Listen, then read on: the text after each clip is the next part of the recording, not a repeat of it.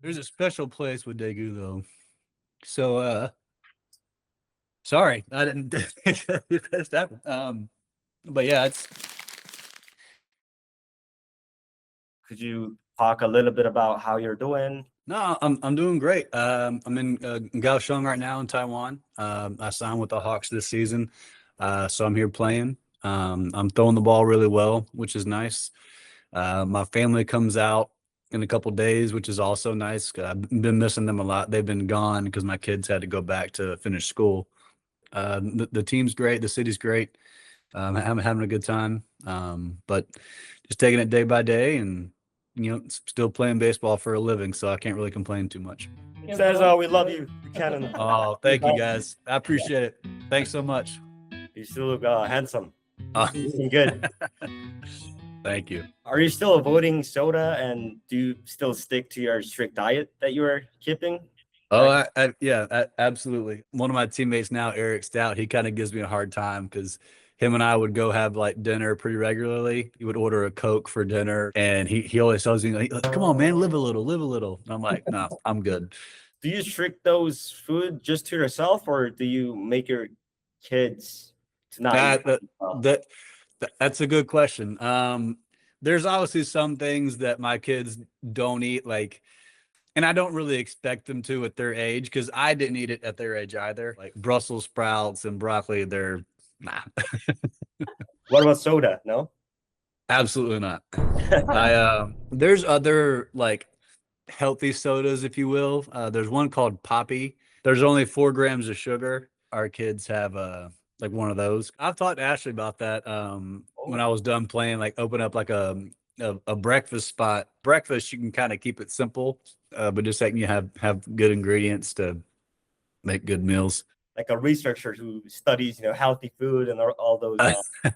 I'm not healthy and I can't take care of myself, and I can't perform on the fields. I turned 37 a couple weeks ago, but I still feel in great shape. My body's in great condition. So I attribute that to my diet and my exercise routine. We feel like you can play till like 50 with that pace that you're showing. I mean, maybe 50 would be a long time.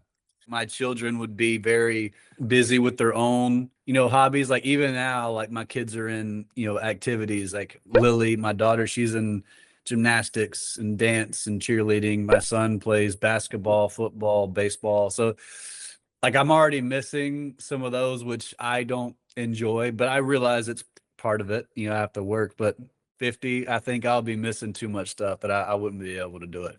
Physically, I don't know, maybe that'd be pushing it. Sounds good. Talking about KBO, we want to ask you about how you came to Korea for the first time and how Samsung Lions kind of contacted you. What year was that?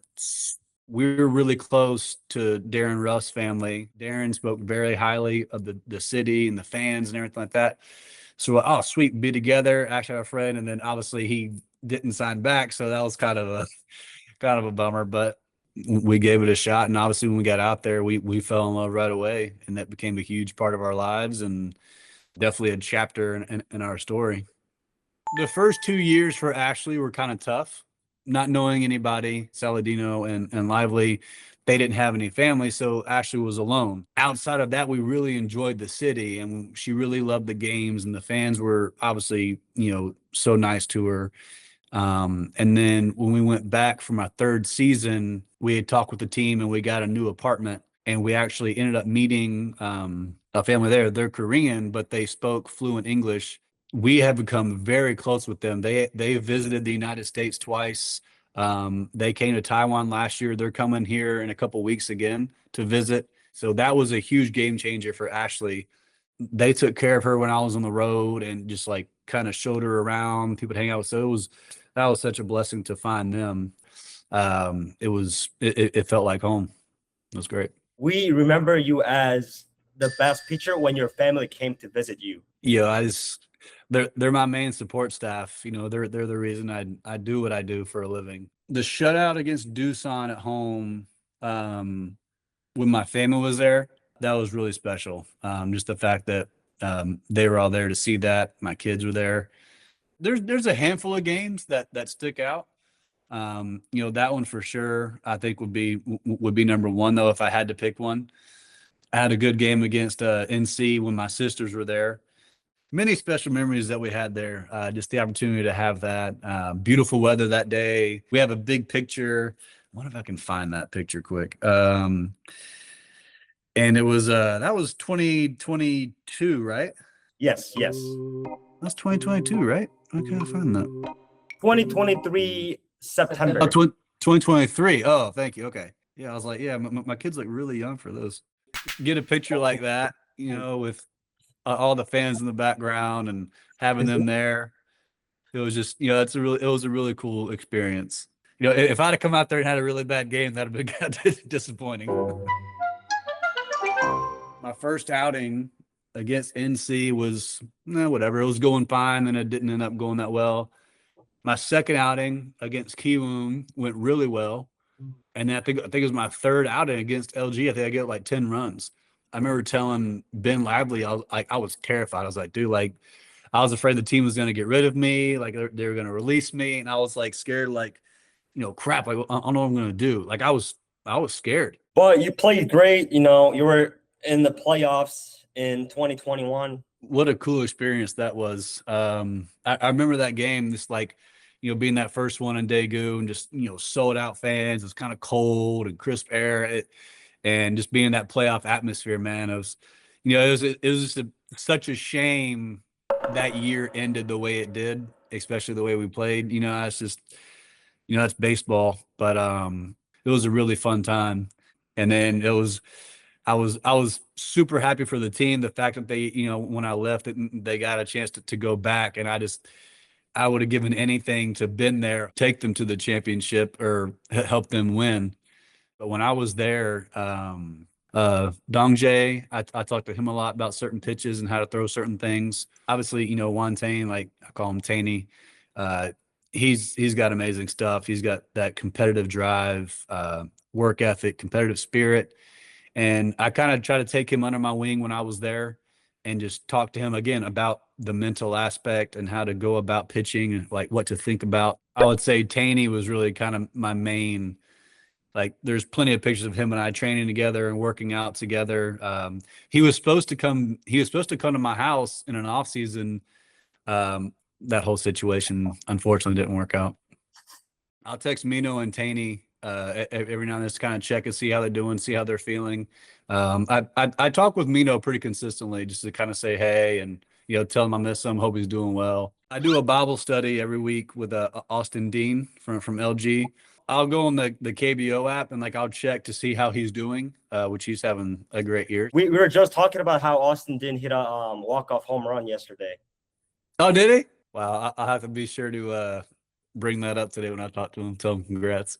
There will be plenty of opportunities for you to, you know, come to Korea or always, you know, meet 강민호 and and you know make a YouTube video together. No, I would love to see him again. I would love to pitch to him again. But I think facing him would be kind of fun too. Do you think you can strike him out?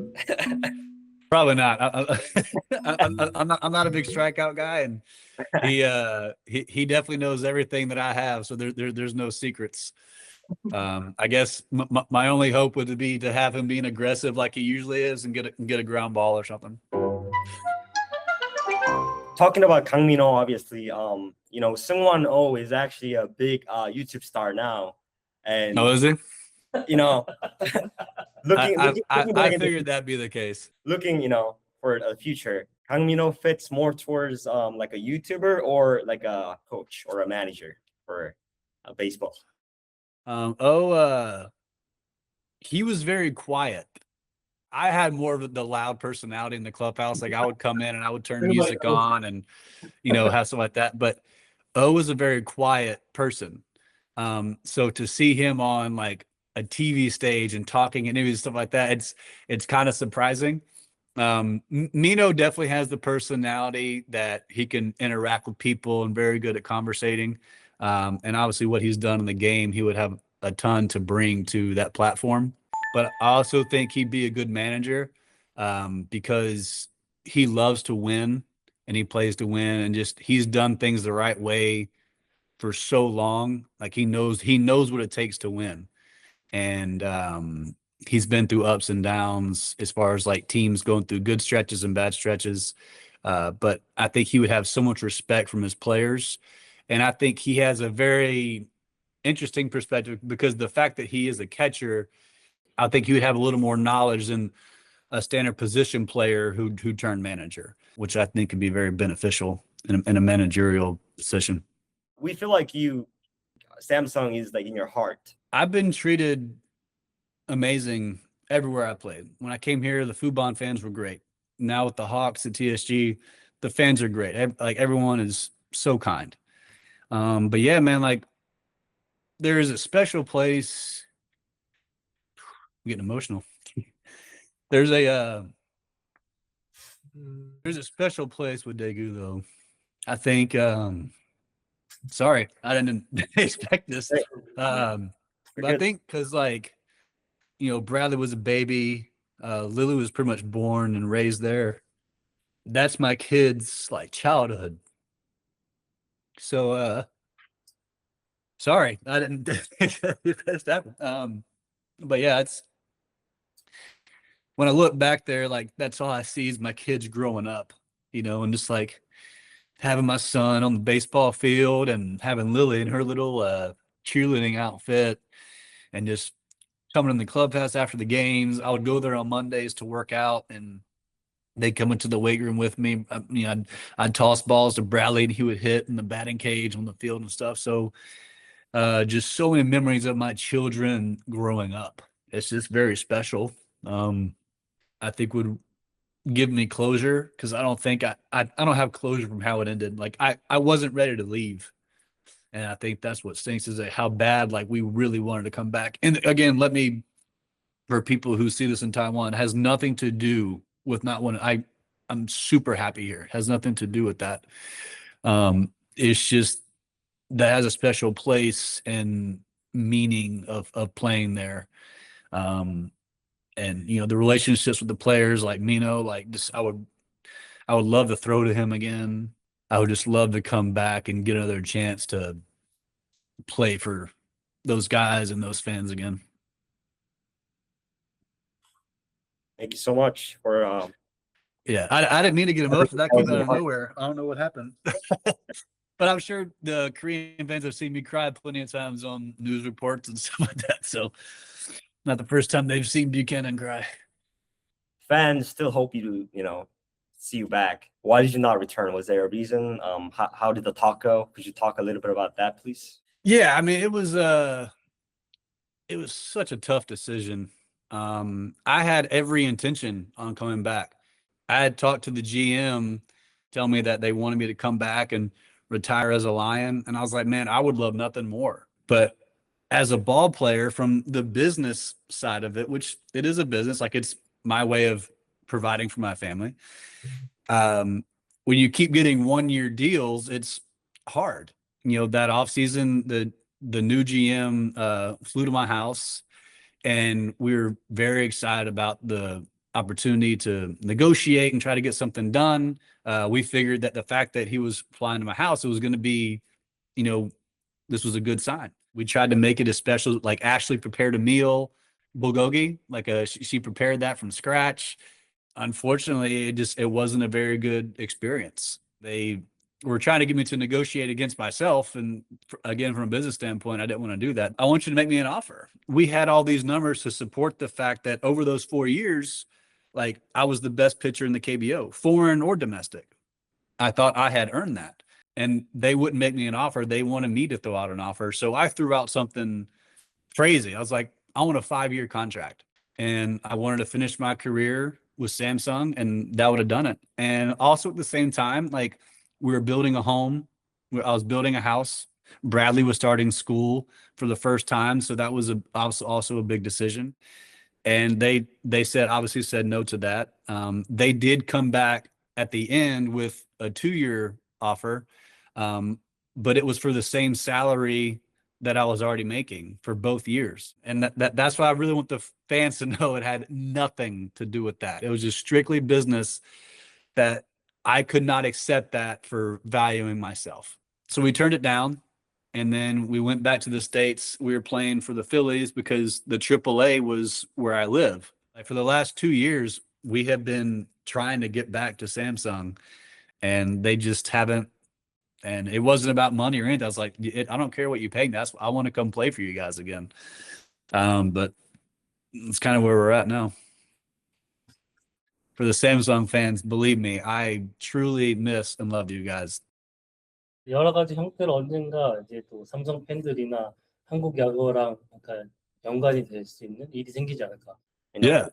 People had brought that up when I was there, like Mino being the manager and then me being the pitching coach, just the way that Mino and I interact and just, our experience in the game. I thought it'd be kind of cool. I think I could be very beneficial just to bring a different perspective to the game of how to, approach it, not so much physically, but mentally as well. Because the game today is so much about stuff and like what your analytics are, which is, it's important. But if you don't know how to use it in your mind and be able to control your emotions, it's not gonna matter. So I think I can bring a good aspect of that to that league and to a lot of young players. But when I was there, okay, so Samsung is actually competing for the first place again for this year.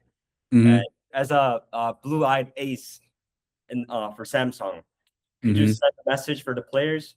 Don't get caught up on like first place this and first place that, like, because if you start pressing to be in first place, you're going to start playing different. Just play the game as you always play it every day. And then if you do things the way you're capable of doing, first place will take care of itself. Could you send a message to Samsung fans that miss you or the KBO fans that miss you? We are happy here, so don't think that we're upset. The KBO has a special place in our hearts. Be more than happy to come back to any team. But obviously Samsung is where our heart lies. But we love you guys. We always talk about you. We reminisce on the amazing memories that you guys gave us. And we can't thank you enough for that. Come back to Korea, please let us know so we can, make a video together or film, a short, video for No, us. I think during the All-Star break, I think I think we're going to try to make a trip there. I told Mino I was going to try to come see him and come to a game to come say hi. A trip ever does get booked, I'll definitely let you know. Please contact us once. Yeah, you know. yeah, of thank course. you. 감사합니다. 감사합니다. Thank Yeah, you. 감사합니다. All See right, you. see you.